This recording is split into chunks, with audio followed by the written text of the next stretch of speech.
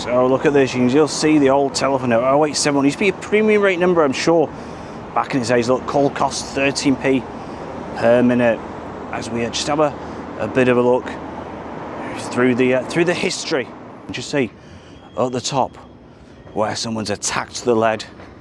Look at that, what an absolute shame. And welcome back to a brand new video. So today, it's Monday, brand new week, a brand new start and a brand new day. Look at this sunshine, absolutely scorching day again. And hopefully it will remain. I know the forecast is a little dreary as the week goes on, but nevertheless, come and join me, have a bit of a look around, and we'll just pop over to the Demolition to see exactly what's going on, what's new with that one. Come and join me.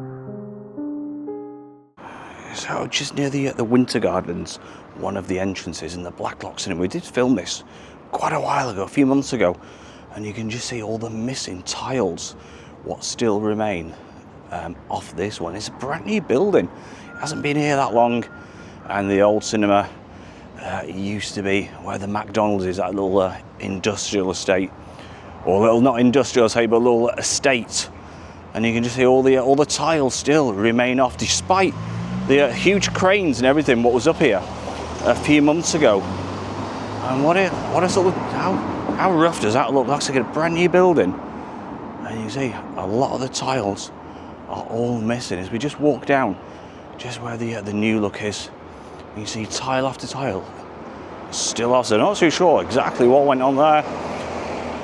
And, you know, you'd have thought it'd have been under some sort of guarantee, the building, from the original contractors, but like I say, you can just see the amount of tiles still all missing. Yeah, look at that one. Welcome to Charnley Road. I know they are getting some new lights, I believe, on this street and some other ones. I wonder if that one lights up, or is it ever lit up? Is it a new one? I haven't really seen that one before. Look at that. Welcome to Charnley Road. As we just have a bit of a venture down. And you got sort of the Vance Street on the right hand side. There's many sort of little streets along here, and right there, if you go right to the very bottom, that leads to Reeds Avenue. We're not going to go down to Reeds Avenue. I think we'll cut down the next street. Havelock Street, I believe, is the next one on the right, and you can just see some of the shops along this side. Again, plenty of little shops, little bed and breakfasts. I'll tell you what, this one boarded up on the corner. I think we're past Havelock Street. Actually, you get a bit confused sometimes walking down. Let's just branch down this one.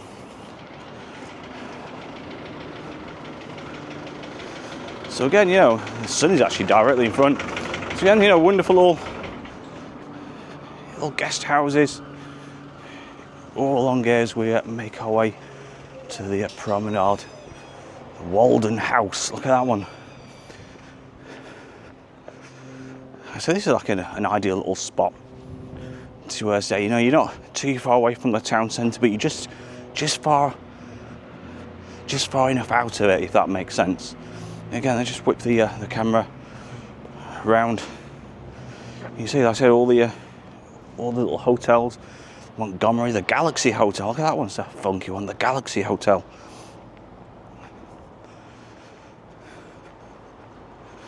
And this just leads out directly in front of the car park, which is all supposed to be going when they build a new leisure centre with a bit of luck.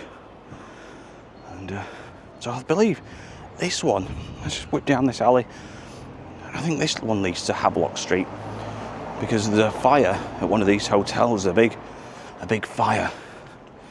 Can we get down? So the hotel there, directly in front, you can see all the smoked windows, all damaged. And there's a huge fire on this one. About a year ago, we did document it, is on the channel.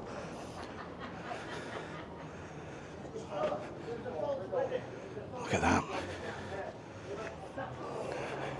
So while we're in the area, I thought I'd just show you these flats. You can see there's a couple of huge skips where they've been ripping everything out of this one. And you can see where they've had to go at the extensions, that's all come off. And like I said, a couple of huge skips there where they've been ripping out, and all the windows you can see in every one is opened. So not much to see. This end you can just see is covered in huge mounds of the rubble. And you just see the extractor fans and all sorts working on that one. So we'll have a bit of a look around the front. But there's not much to see. It's just a pile of hardcore. Look at that. So just a bit of a different angle. And you see the old crusher is crunching all the huge pieces, what's coming out, and you can see separating them all to little tiny pieces, and the trucks come and go. And I believe it's a Blackpool-based company who's removing all of the hardware. I'm not too sure where they're taking it, what they're going to use it as. Probably sort of bag it up and sell it. Who knows? Who knows? So we'll head over down onto Chapel Street, and we'll branch onto Bonny Street with a bit of an update on the demolition. You see most of it is now gone. So it looks like we've got a new machine. I haven't seen this one before. And this is where they sit on like a little basket at the top, and it's not a huge one, but it looks like it's a new machine, nationwide platforms, and that's freshly arrived today. It looks like on the low loader. And to be fair, it looks brand new. See the tyres? It looks absolutely clean as anything. I wonder if this is a new one. What's just recently turned up. Like I said, I haven't seen this one before. So just again another bit of an angle. And you see these ones. One is feeding the crusher, the machine to the right hand side. It's feeding that crusher avidly, and the other one looks like he's breaking all the concrete. We'll tangle with the rebar on the left hand side. We'll move over towards Bonny Street where it's continuing to rip the court down. What's left of the court, hardly anything now, as you can very well see. And just in front you see all the heads, and there you go, you can actually see the rebar in that concrete. You see there the wall. So this is all what remains of the actual courts now. A fraction left, probably sort of, like 5% actually left of the family courts and the magistrates courts on Chapel Street, Bonny Street. So we are getting very, very close. I'd imagine just waiting for the machinery now to arrive, and then it'll be all systems go, all systems firing. You can see they've got a huge chunk, huge gash in that last remainder of the wall. I imagine they've done that very early this morning. So not much left whatsoever.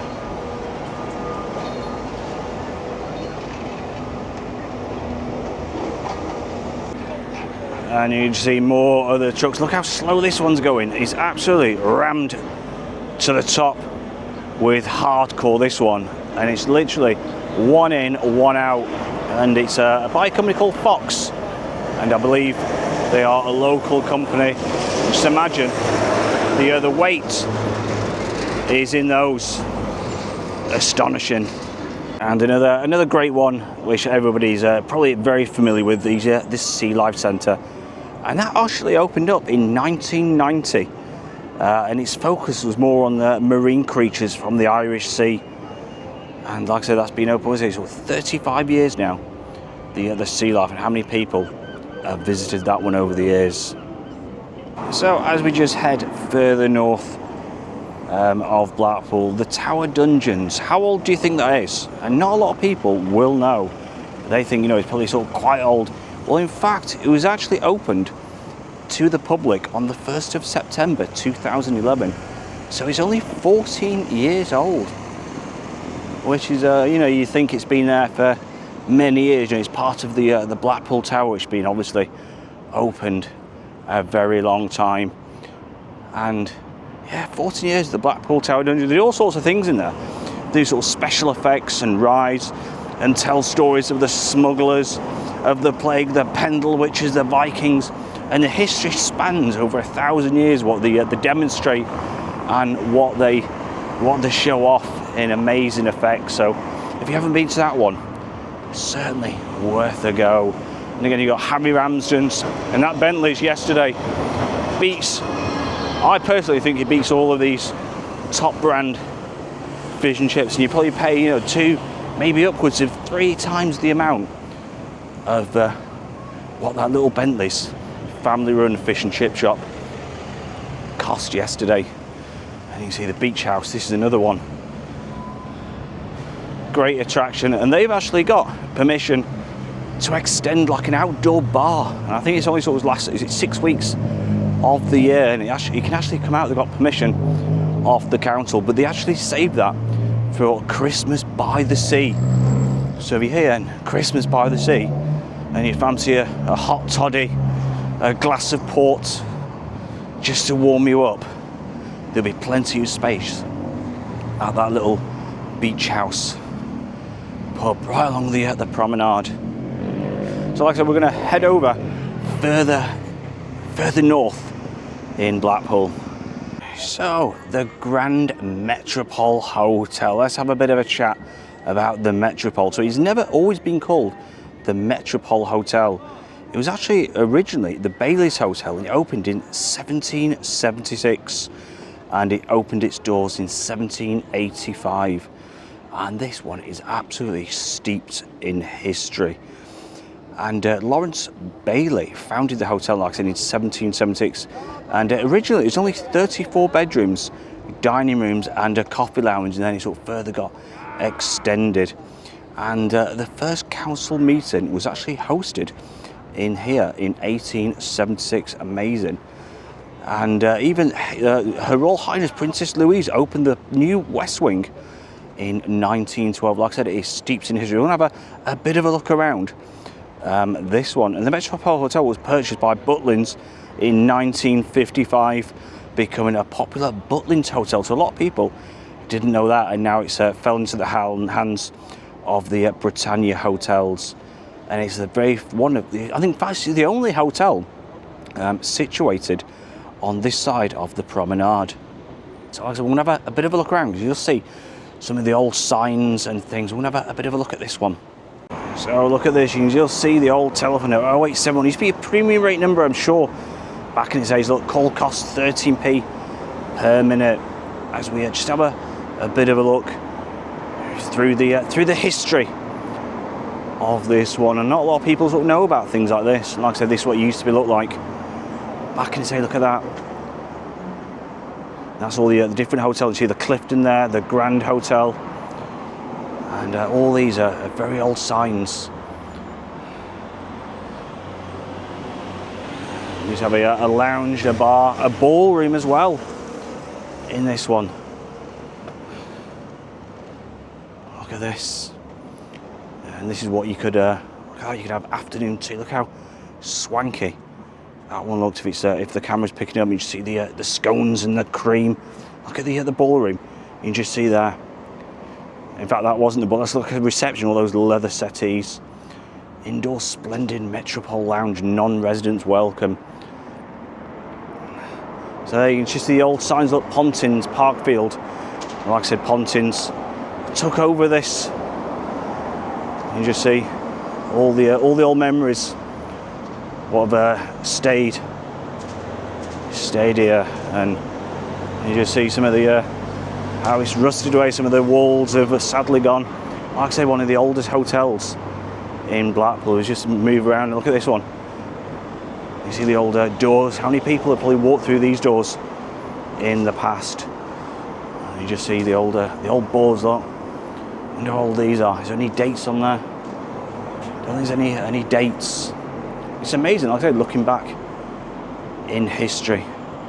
So moving sideways, moving the camera sideways, just so you can have a bit of a look. You can see entertainment hotels. Look at that, 0871. That number won't exist anymore. Let's just show you the number on the top, and move a little bit forward. You can just see Variety Bar.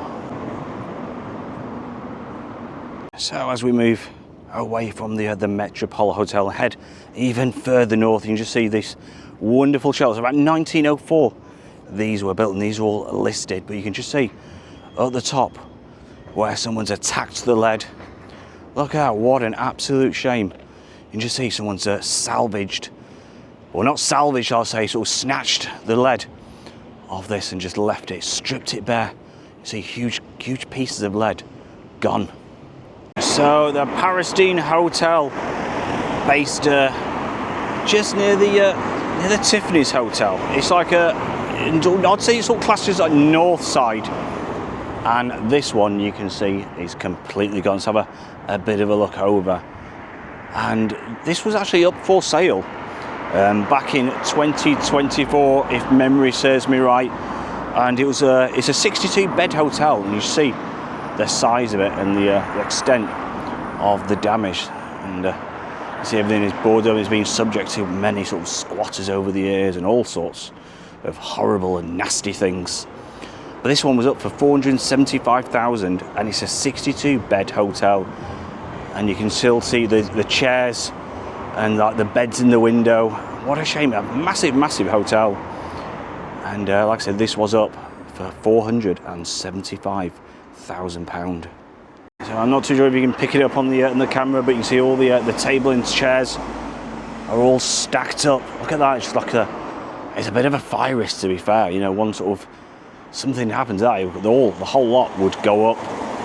And like I say, the windows are smashed, and what a shame, 'cause it is a magnificent hotel situated in an ideal position. So just sort of making our way to Dixon Road. It's like a little alleyway, a little Ginnell way, what runs parallel to the Imperial Hotel. It leads onto Dixon Road, and if you went straight ahead, it's called Eve Street, again just off Dixon Road. And we're going to have a look at the Strand Hotel. It's been a while since we visited that one, and there was a nasty fire. Luckily nobody was injured, but there's a fire at the Strand Hotel months and months ago. And I'm going to have a bit of a look at that one, I can't even say it, at that one also. So like I said, this is at Dixon Road, and all these little shops have sadly gone on here. Like I said, online shopping has sadly killed a lot of towns off and businesses off. So like I said, have a bit of a look at the Strand Hotel, just see what's happened to it. So directly in front on Wilton Parade once stood a 4-star hotel, and it was called the Strand Lodge Hotel. And there was an awful fire many months ago. We did actually document it, so again, if you are interested, we did cover that one. Let's go and have a bit of a look what's left of this one. So you can see there's literally nothing being built. The hardcore has been laid, and this all what remains of the Strand Lodge Hotel. A few downpipes and just loads of red bricks. I wonder what's going to be in store for this one. So just round the rear of the Strand, and all this was cordoned off. It was a horrible fire, nasty fire it was.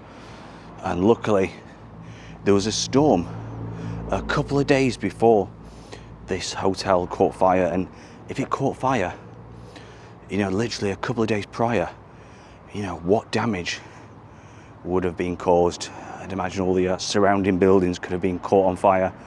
But how lucky was that? And you can just see right opposite is the Imperial Hotel. But this is what remains of the Strand Lodge.